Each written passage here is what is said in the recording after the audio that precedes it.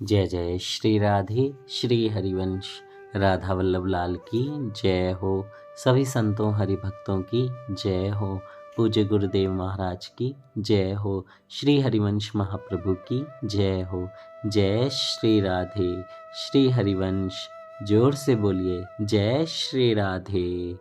बहुत बहुत स्वागत है आपका हमारे चैनल में, जहाँ पे हम बहुत ही प्यारे संतों के चरित्रों को श्रवण कर रहे हैं।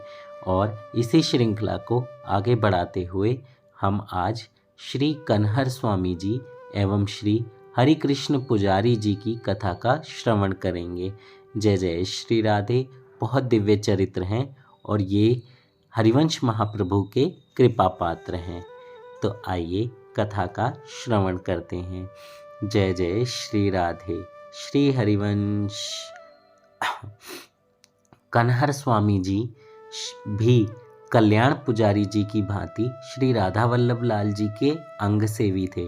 विशेषता यह थी कि मंदिर की ओर से श्री जी को जो भोग लगाया जाता था उसे ये अपनी सेवा के बदले में ग्रहण नहीं करते थे, बल्कि अपनी ओर से अलग से ही श्री जी को भोग लगाकर एवं उस प्रसाद को साधु संतों को खिलाकर ये कल्याण पुजारी जी की भांति उनकी झूठन मात्र ही ग्रहण किया करते थे।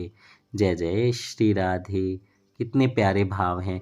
तो देखिए, कल्याण पुजारी जी की कथा का श्रवण हमने 2-3 दिन पहले किया था।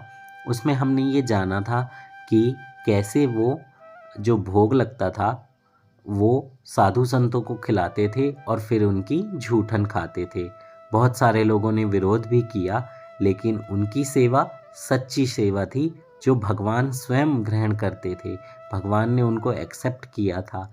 श्री राधा वल्लभ लाल जी की अनूठी कृपा थी और हरिवंश महाप्रभु का उन पे आश्रय था, तो इसलिए उनको कभी भी कोई भी परेशानी नहीं हुई।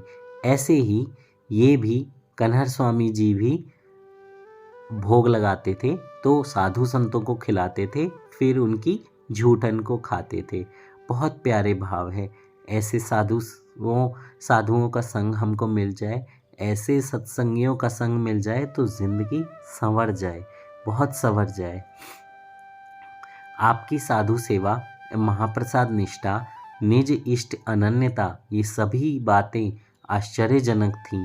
एक भरे पूरे परिवार को साथ रखते हुए साधुओं जैसी इनकी यह त्यागवृत्ति एवं साधुतापूर्ण जीवन शैली तत्कालीन विरक्त समाज के लिए भी अनुकरणीय थी। देखिए, मैंने भी यही बोला कि ऐसा संग मिल जाए, ऐसी साधु संग मिल जाए, ऐसा सत्संग मिल जाए और उनके साथ रहने को मिल जाए, उनकी झूठन भी मिल जाए तो भी बहुत कल्याण होगा। हरिकृष्ण पुजारी जी ने भी कन्हर स्वामी जी की तरह श्री राधा वल्लभ लाल जी के चरण कमलों का अनन्यतापूर्ण आश्रय अत्यंत दृढ़ता के साथ ले रखा था। इन्होंने अपने कुल के देवता की पूजा करना छोड़कर श्री राधा वल्लभ लाल जी को परम इष्ट मान लिया था। ये कौन है? ये श्री हरिकृष्ण पुजारी जी हैं।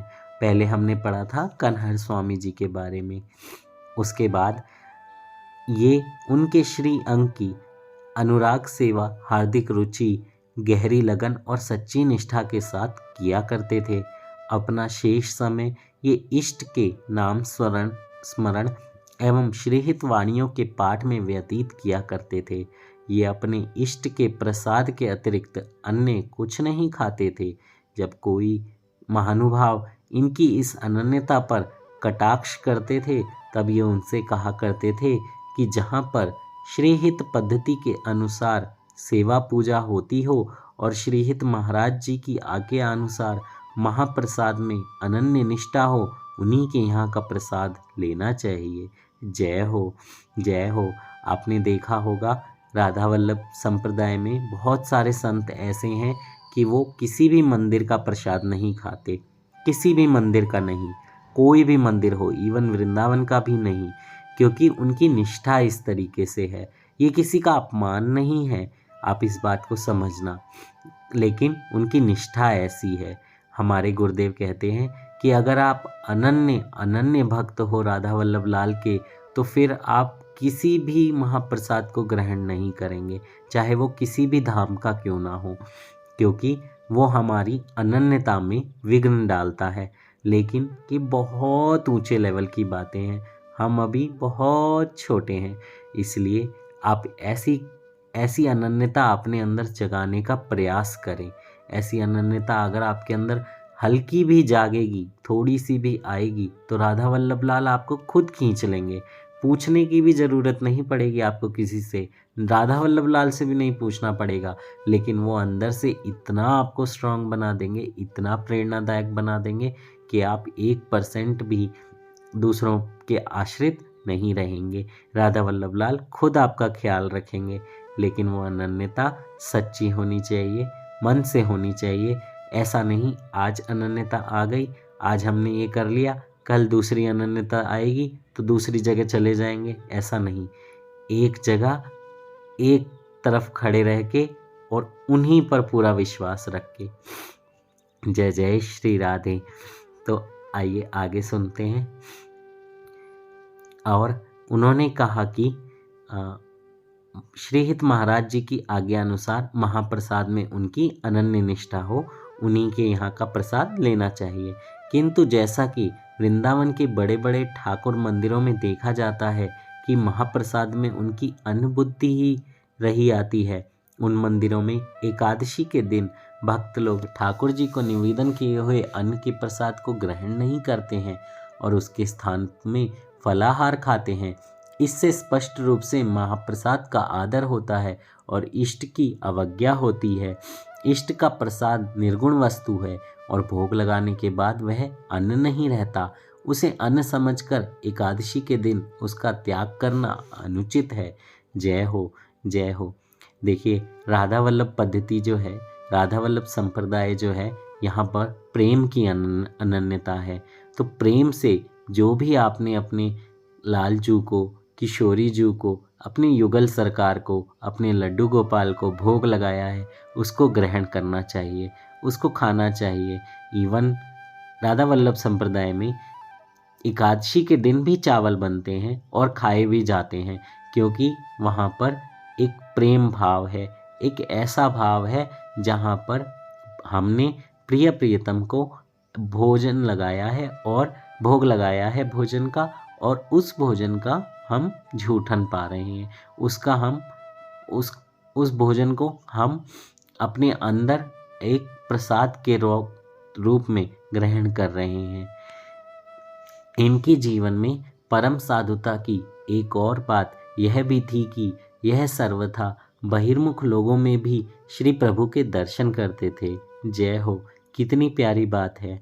किसी को काम क्रोध आदि के वश में देखते हुए भी ये उसमें आराध्य बुद्धि ही रखते थे। ये कभी भी किसी से उसके हृदय को आघात पहुंचाने वाले कटु वचन नहीं बोलते थे। यदि किसी कारणवश कोई इनसे दुर्वचन बोल भी जाता तो ये उसे शांतिपूर्वक सुन लेते थे, उसका प्रत्युत्तर नहीं देते थे। इस प्रकार इन्होंने गृहस्थ आश्रम में रहकर भी परम साधुता की विचित्र रहनी का आदर्श स्थापित किया था। जय हो। देखिए, दोनों संत कन्हर स्वामी जी और हरिकृष्ण पुजारी जी, दोनों संत गृहस्थ जीवन में थे, गृहस्थी थे, फिर भी इतनी प्यारी सेवा थी कि उन्हें राधा वल्लभ लाल ने खुद से अपना अनुयायी नियुक्त किया और ऐसे चरित्रों का श्रवण हमें करने के लिए दिया। और इतने प्यारे भाव हैं। देखिए, किसी पे भी गुस्सा नहीं करना, ये सबसे बड़ा और सबसे मुश्किल काम है, क्योंकि आजकल 1 मिनट अगर आपकी कोई बात नहीं मानता तो फटाक से आपको गुस्सा आ जाता है, आप उस पर चीखने लग जाते हैं, शोर मचाने लग जाते हैं और बोलते हैं कि मेरी बात क्यों नहीं सुनी, मेरी बात सुनो पहले, मैं जो बोल रहा हूँ वो करो। तो ये ऐसा नहीं करना चाहिए आपको। हर किसी में प्रभु के दर्शन कीजिए। हाँ, समय लगता है, ये चीज़ें इतनी आसान नहीं हैं, लेकिन जैसा मैंने पहले भी बोला है, राधा नाम जप, सत्संग, साधु संग ज़रूर कीजिए, इससे आपका कल्याण होगा। कोई एक चीज़ छोड़ने का प्रयत्न कीजिए, जब भी कोई बड़ा उत्सव आपके लाइफ में आता है, जैसे एनिवर्सरी आती है या फिर आपका बर्थडे आता है, उस दिन आप कोशिश कीजिए कि अपनी कोई एक गलत आदत आप छोड़ देंगे।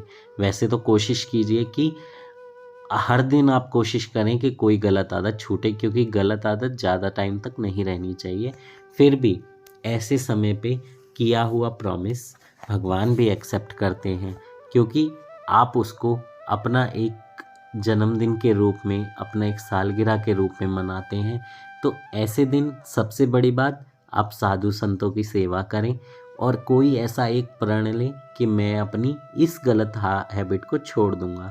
जैसे बहुत से लोग प्याज खाते हैं, तो आप कोशिश कीजिए कि अगर आप भक्ति कर रहे हैं तो तामसिक वस्तुओं का भोजन ना करें।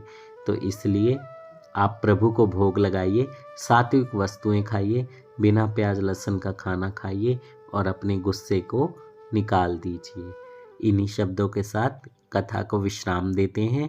ये दोनों चरित्रों को आप पूरा सुनिएगा, अच्छे से सुनिएगा और सबके साथ शेयर भी कीजिएगा। जय जय श्री राधे। श्री हरिवंश राधा वल्लभ लाल की जय हो। जय जय श्री राधे। जल्दी से चैनल को सब्सक्राइब कीजिए, शेयर कीजिए, कमेंट बॉक्स में मुझे बताइए कथा कैसी लगी। जय श्री राधे।